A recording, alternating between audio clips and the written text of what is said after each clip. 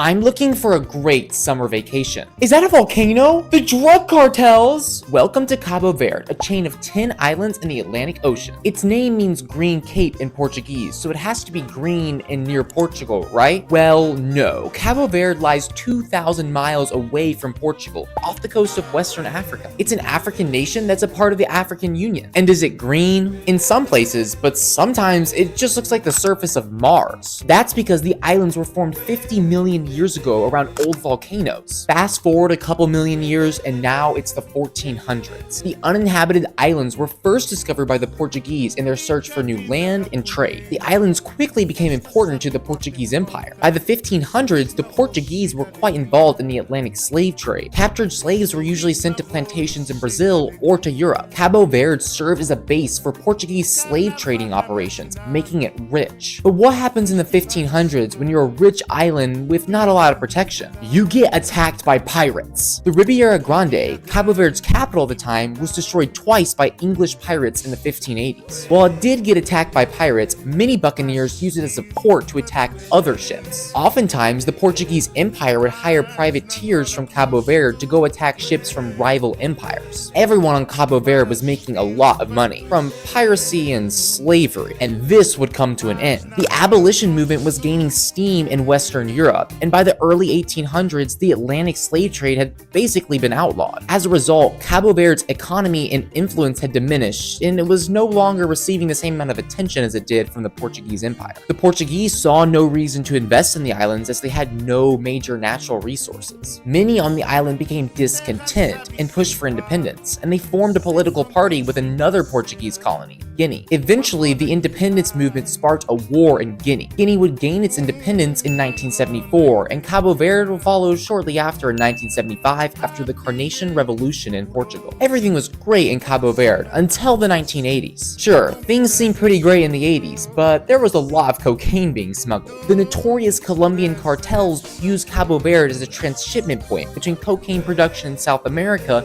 and markets in Europe and Africa. Drug trafficking has also had an impact on Cabo Verdean communities abroad. These communities have become negatively associated with the smuggling of drugs, especially in European countries like Belgium and the Netherlands. This really isn't the view you should have of Cabo Verdean people. These same problems can be found in even more developed nations like the United States. Cabo Verdeans are really known for having a rich culture and a strong taste in music, creating the Morna and Caldeira genres. They run one of the strongest democracies in Africa and are one of the most developed nations on the continent. If you want a great tropical vacation, you should visit the Cabo Verdean cities of Praia, Mindelo, and Santa Maria. That was quite an adventure through history and some illegal activities in Cabo Verde. If you made it all the way to the end of this video and learned something new about Cabo Verde, make sure to hit that like button and subscribe for our next adventure to the jungles of Cambodia.